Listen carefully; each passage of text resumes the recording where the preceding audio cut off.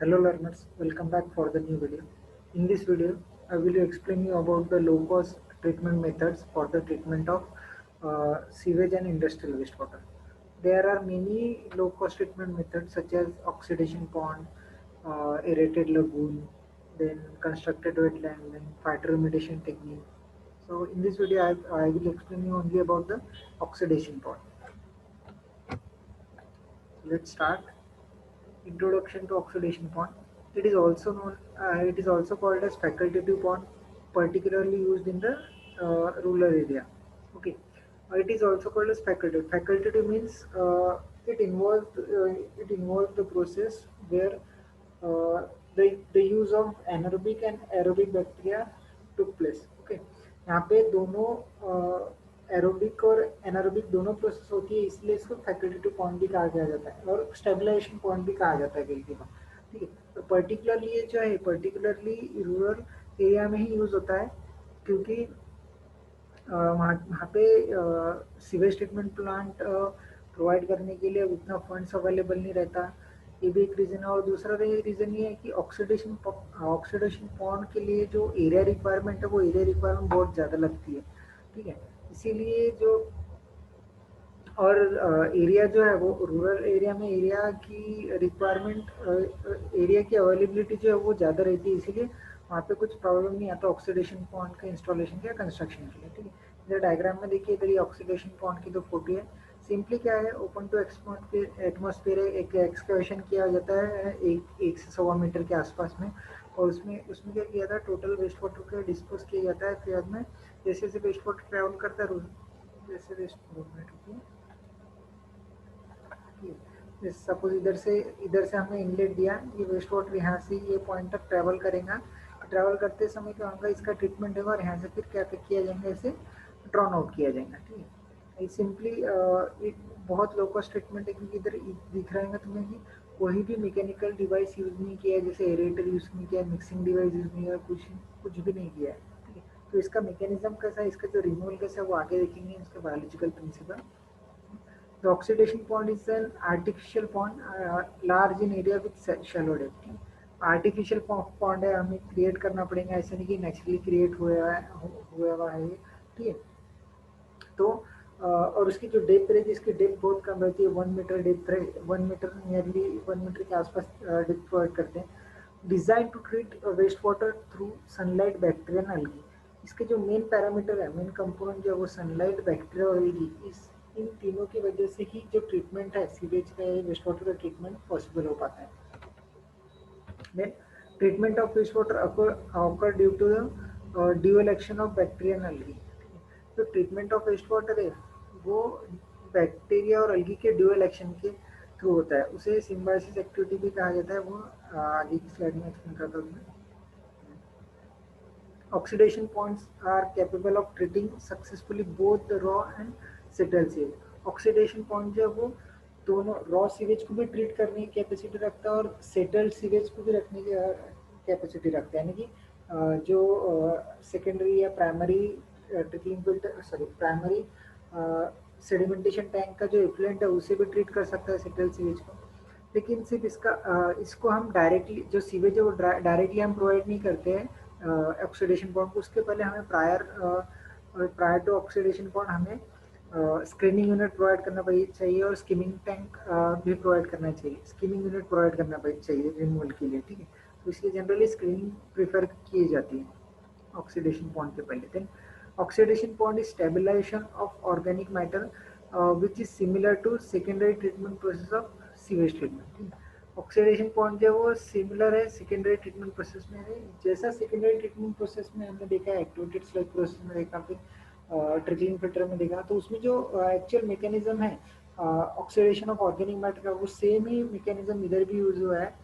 माइक्रोऑर्गेनिम्स organic matter का decomposition करते हैं और अदर बाय प्रोडक्ट में क्या करते हैं, उन्हें कन्वर्ट करते हैं. इधर भी वही मैकेनिज्म यूज हुआ है. The efficiency of pond depends upon the temperature and the intensity of sunlight. अब जो efficiency है pond की वो डिपेंड करती है, मेनली डिपेंड करती है टेम्परेचर और सनलाइट पे. अगर सनलाइट अगर ज़्यादा टाइम तक रहेंगी या फिर क्लाउडीनेस नहीं है, एटमॉस्फेयर में क्लाउड्स नहीं है, तो उस समय क्या होंगे, लाइट ज़्यादा रहेंगी तो जो ऑक्सीडेशन है ऑर्गेनिक मैटर का जो ऑक्सीडेशन है वो भी अच्छे से होगा और अच्छे से होगा, और टेम्परेचर भी अगर ज़्यादा है तो ऑक्सीडेशन जो ऑर्गेनिक मैटर का वो भी फास्ट होगा, यानी इफिशियंसी हमें क्या मिलेगी, ज़्यादा मिलेगी। Then the surface area are kept larger depending upon the loading. Surface area जो है वो लार्ज रखना पड़ता है, क्यों, डिपेंडिंग अपॉन द लोडिंग। जो ऑर्गेनिक लोडिंग रेट है वो ऑर्गेनिक लोडिंग रेट की वजह से क्या है, जो एरिया है वो ज़्यादा रखना पड़ता है। और ऑर्गेनिक लोडिंग रेट जो है वो डिपेंड करके 2-3 फैक्टर पे डिपेंड करती है, जैसे कि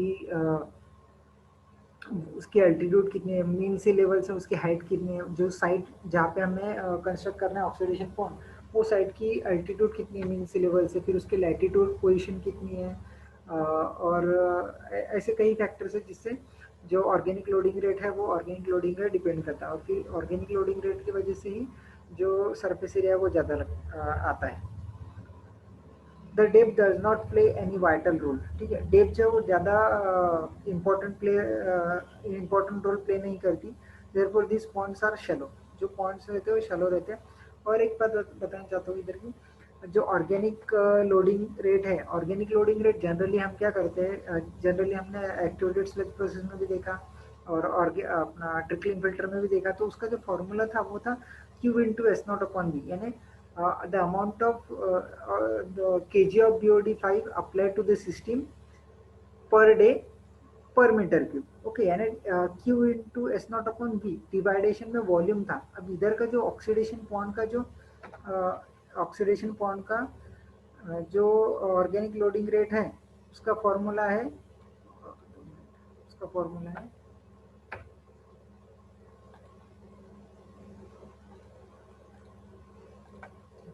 ऑर्गेनिक लोडिंग रेट का फॉर्मूला है Q into S not upon A, ठीक है।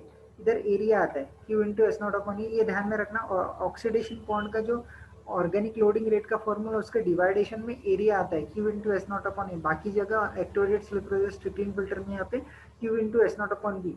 इसीलिए इधर बोला गया कि the depth does not play any vital role, okay, therefore these points are shallow, ठीक, and the detention time of 10 to 35 days provided. इधर भी दिख रहा है तुम्हें कि डिटेंशन टाइम जो है वो बहुत ज़्यादा प्रोवाइड करना पड़ रहा है, इधर 10 to 35 days detention time provide करना पड़ता है। इसलिए जो एरिया रिक्वायरमेंट है वो एरिया रिक्वायरमेंट इस वजह से भी ज़्यादा है। एक्चुअली ज़्यादा एरिया रिक्वायरमेंट ही डिपेंड करती है, मेजरली डिपेंड करती है ऑर्गेनिक लोडिंग रेट पे, ठीक है।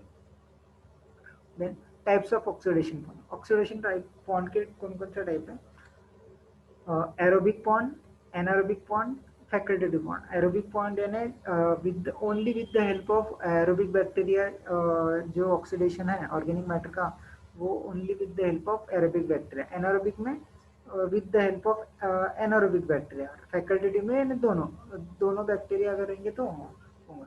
और एक चीज़ है जो एरोबिक बैक्टीरिया, जो एरोबिक पॉन्ड जो वो एरोबिक पॉन्ड की जो डेप्थ रहती है वो डेप्थ कम रहती है।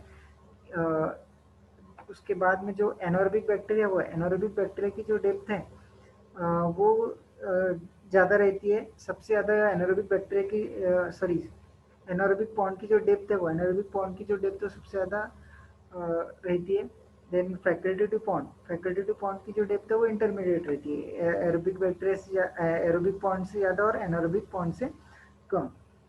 इसका यही रीज़न है कि सपोज इधर देखिए टैंक का सपोज है, ये पॉन्ड है, ये पॉन्ड में अगर डेप्थ इतनी है, सपोज इतनी डेप्थ है, ठीक है, और यहाँ से सनलाइट आ रही है, ठीक है, सनलाइट आ रही है और यहाँ पे अलगी प्रेजेंट है, ठीक है, इसमें अलगी प्रेजेंट है, तो जो सनलाइट है वो सनलाइट इजीली ये पॉइंट तक आ जाएंगी। ये पॉइंट तक आने के बाद क्या होगा, जो अलगी क्या करेंगी, ऑक्सीजन सप्लाई करेंगी, ठीक है। अलगी मेन फैक्टर रहता है इसमें ऑक्सीडेशन पॉइंट में, ऑक्सीजन क्या करती है, सप्लाई करेंगी। जैसे हम हाइट बढ़ाएंगे वैसे वैसे जो लाइट का जो पेनिट्रेशन है, सनलाइट का जो पेनिट्रेशन है वो कम हो जाएगा, उस वजह से जो ऑक्सीजन सप्लाई है वो कम होगा। इसलिए अगर डेप्थ ज़्यादा रहेंगी तो जो प्रोसेस है वो तुम्हारी फैकल्टेटिव होंगी या फिर एनारोबिक रहेंगी। अगर कम डेप्थ है तो एरोबिक से अगर थोड़ी डेप्थ बढ़ा दी है तो वो फैकल्टेटिव हो जाएगा, और उससे थोड़ी बढ़ा दी तो वो एनारोबिक हो जाएगा। Then oxidation point is facultative process, जैसे कि बताया, that is aerobic as well as anaerobic process, दोनों प्रोसेस एक ही पॉइंट में होती है। Oxidation bond consist of 3 zone, total 3 zone में डिवाइड किया गया है ऑक्सीडेशन बॉन्ड को। Aerobic zone at the top, जैसे इधर देखिए टॉप पे क्या है, एरोबिक जोन है। उसके बाद में anaerobic zone at the bottom, facultative zone at the middle. Facultative zone middle में है और एनारोबिक जोन बॉटम पे, ठीक है। तो अब ये इसका रीज़न क्या है कि जो अलगी रहती है वो अलगी इधर वाटर लेवल के नज़दीक रहती है, अलगी इधर प्रेजेंट रहती है। तो उस वजह से क्या होता है कि जो सनरेज है, सनरेज पड़ने के बाद ये अलगी पे पड़ने के बाद अलगी क्या करनी है, with the help of photosynthesis, by the process of photosynthesis, वो क्या करेंगे, अलगी क्या करेंगे, ऑक्सीजन जो है वो ऑक्सीजन वाटर में सप्लाई करेंगे। वाटर में ऑक्सीजन सप्लाई करेंगे यानी कि जो एरोबिक बैक्टीरिया है वो इजीली वर्क करेंगे। एरोबिक बैक्टीरिया को क्या मिलेगा, सपोर्ट मिलेगा ऑर्गेनिक मैटर का डिकम्पोज करने के लिए। इसलिए जो ऊपर की लेयर है, ऊपर की लेयर क्या रहती है, एरोबिक रहती है। जैसे जैसे नीचे आएंगे वैसे वैसे ऑक्सीजन की जो लेवल है वो कम होती जाएंगी। इधर तुम्हें फैकल्टी भी मिलेगा, दोनों बैक्टीरिया भी मिलेंगे ये जोन में, एरोबिक भी मिलेंगे और एनारोबिक भी मिलेंगे। और सबसे लास्ट में जो है नीचे नीचे तुम्हें सिर्फ एनारोबिक बैक्टीरिया मिलेंगे, क्योंकि इधर जो ऑक्सीजन है, ऑक्सीजन का परसेंटेज बहुत ही कम हो जाएगा, या फिर ऑक्सीजन नहीं भी रह सकता है। इसलिए जो प्रोसेस होने वाली है सबसे लोअर बॉटम पोर्शन में, वो होने वाली है anaerobic process. Organic solids which settle will remain on the bottom and will be subjected to anaerobic decomposition. जो ऑर्गेनिक मैटर है वो जो सेटल हो जाएंगे, नीचे दिख रहा है तुम्हें, जो डॉटेड लाइन से दिखाया गया है कि जो ये जो सेटल हो जाएंगे, ये सेटल जो होंगे वो एनारोबिक प्रोसेस या फिर एनारोबिक डिकम्पोजिशन के थ्रू होने वाले, उसका कन्वर्जन मीथेन में होने वाला है। क्योंकि अगर ऑर्गेनिक मैटर को एनारोबिक डिकम्पोजिशन के लिए प्रोवाइड किया गया तो उसके जो बाय प्रोडक्ट हमें मीथेन मिलता है। The action in the aerobic zone is due to bacterial algae symbiosis activity, ठीक है। ये जो टोटल ऑक्सीडेशन पॉइंट है, वो ऑक्सीडेशन पॉइंट जो है वो टोटली डिपेंड है बैक्टीरिया और अलगी के एक्टिविटी। बैक्टीरिया क्या करेंगी, ऑर्गेनिक मैटर मेनली क्या रहता है, ऑर्गेनिक मैटर का डिकम्पोजिशन करने के लिए क्या होना चाहिए, वेस्ट वाटर में बैक्टीरिया होना चाहिए। बैक्टीरिया करेंगे, ऑर्गेनिक मैटर डिकम्पोज करेंगे और वाटर को ट्रीट करेंगे।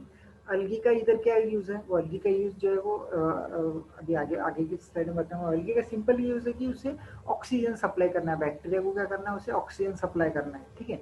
मैंने जो बैक्टीरिया को मेटाबॉलिज्म के लिए फिर ऑर्गेनिक मैटर का डिकम्पोजिशन करते समय जो ऑक्सीजन लगने वाला है वो कहाँ से मिलने वाला है, अलगी से मिलने वाला है, ठीक है। तो सिम्बायोसिस एक्टिविटी क्या रहती है, बैक्टीरियल अलगी सिम्बायोसिस एक्टिविटी है।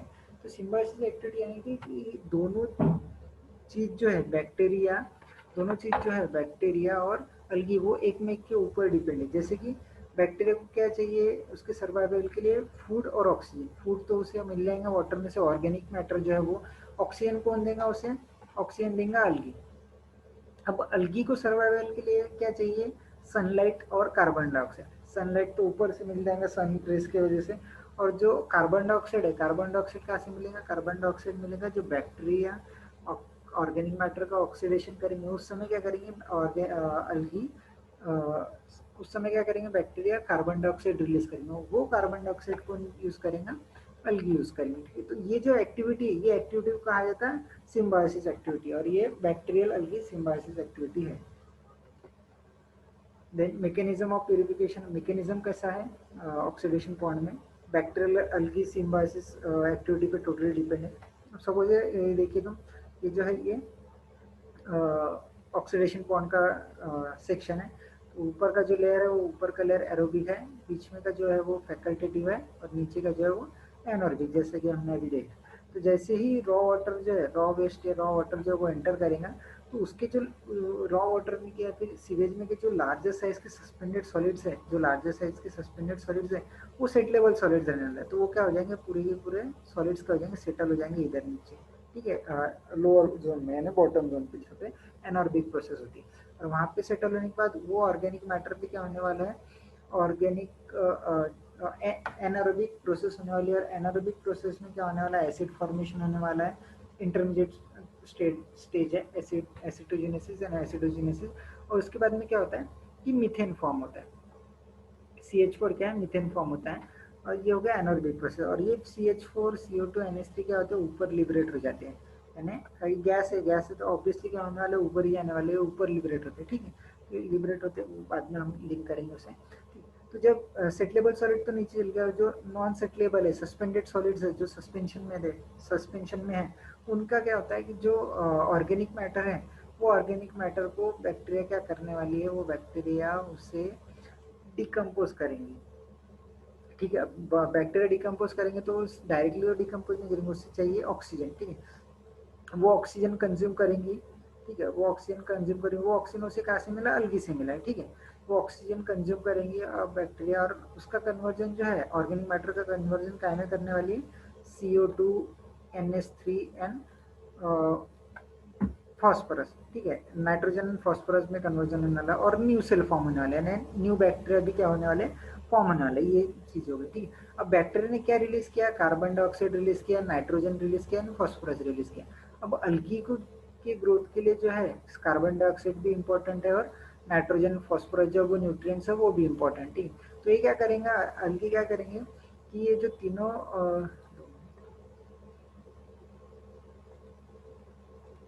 अलगी क्या करेंगे, जो तीनों बायो प्रोडक्ट जो है बैक्टीरिया के, वो तीनों बायो प्रोडक्ट यूज करेंगी और उसका कन्वर्जन न्यू सेल में करेंगी या फिर न्यू अलगी प्लांट में करेंगी।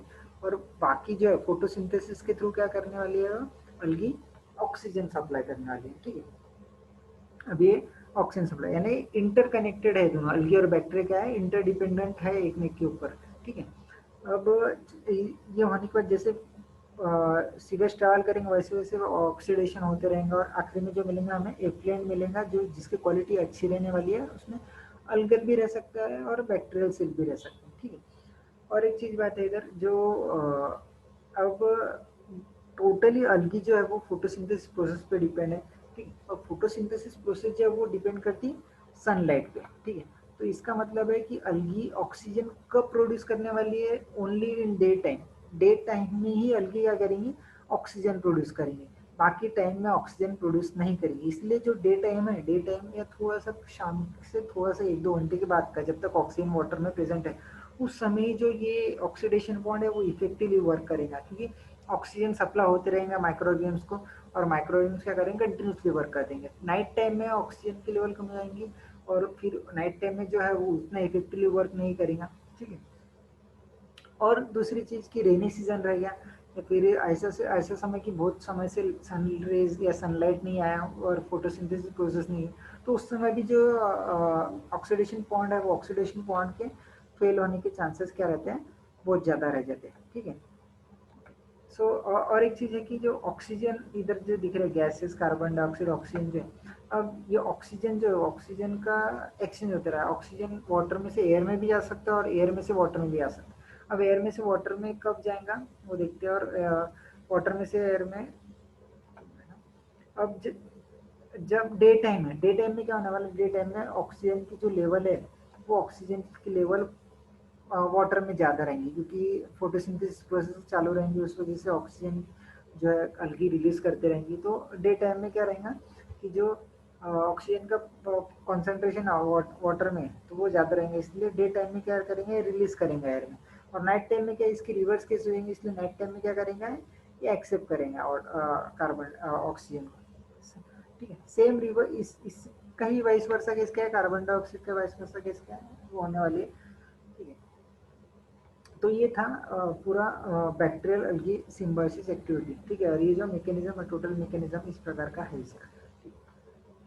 Next, advantages, it has low construction and operation cost. बराबर, ऑपरेशन कॉस्ट नहीं है, कंस्ट्रक्शन कॉस्ट नहीं, क्योंकि हमने अभी देखा है कि डायग्राम में देखा है कि कोई भी मैकेनिकल इंस्ट्रूमेंट या मैकेनिकल डिवाइस मिक्सिंग के लिए या फिर एरेशन के लिए प्रोवाइड किया गया हुआ नहीं है, इसलिए कंस्ट्रक्शन कॉस्ट और ऑपरेटिंग कॉस्ट क्या है, बहुत कम है।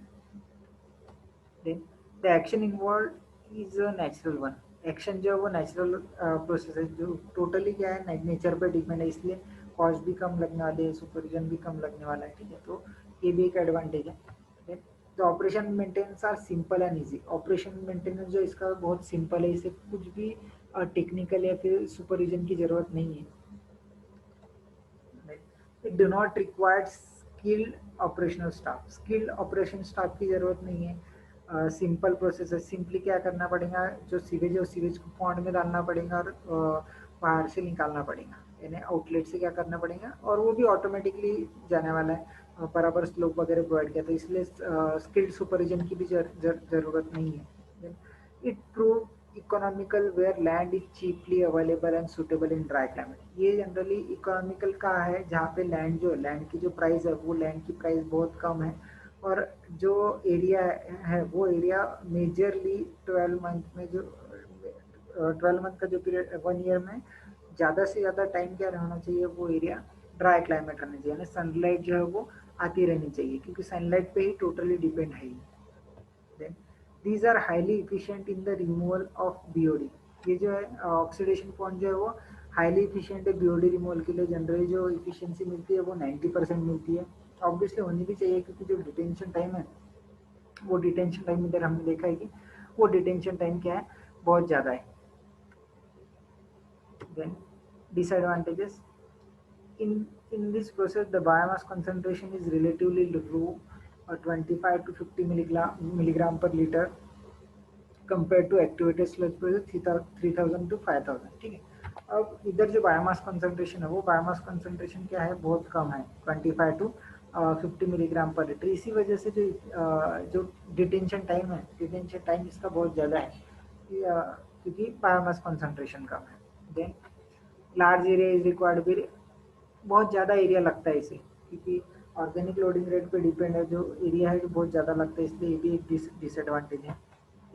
Objectionable odour and cause nuisance and mosquito problem. ठीक, ऑब्जेक्शनेबल ओडर भी आ सकती है, एनर्बिक प्रोसेस है, एनर्बिक प्रोसेस में मीथेन आएगा, मीथेन का ओडर रह सकता है, फिर हाइड्रोजन सल्फाइड गैस है उसका भी बहुत खराब स्मेल आता है, तो ऑब्जेक्शनेबल ओडर्स आने के भी चांसेस है। और मॉस्किटो प्रॉब्लम भी रह सकती है, क्योंकि ओपन है, ओपन टू एटमॉस्फेयर है, उस वजह से मॉस्किटो ब्रीडिंग भी हो सकती है, इसलिए then they should be therefore constructed away from the residential colony। Residential, इसीलिए रेसिडेंशियल एरिया से क्या करना चाहिए, ये ऑक्सीडेशन पॉइंट थोड़ा दूर कंस्ट्रक्ट करना चाहिए। इट में sometimes become septic due to overloading और अनफेवरेबल क्लाउडी सीजन। कभी कभी क्या हो सकता है कि सेप्टिक कंडीशन डेवलप हो सकती है, ओवरलोडिंग हो गया, जो ऑर्गेनिक लोडिंग रेट है वो ऑर्गेनिक लोडिंग रेट ज़्यादा आ गया, फिर जो सीवेज जो इन्फ्लुएंस सीवेज है वो उसमें जो ऑर्गेनिक मैटर का जो कंसंट्रेशन है बहुत ज़्यादा, उस वजह से क्या हो सकता है, जो सेप्टिक कंडीशन डेवलप हो सकती है, या फिर जो ट्रीटमेंट है वो ट्रीटमेंट प्रॉपर नहीं हो रहा, क्लाउडी सीजन है, क्लाउड्स है, क्लाउड्स की वजह से जो ट्रीटमेंट है वो ट्रीटमेंट प्रॉपर नहीं हो रहा है, उस वजह से भी सेप्टिक कंडीशन डेवलप हो सकती है। तो ठीक, ये सब थे उसके disadvantages. Thank you and have a nice day.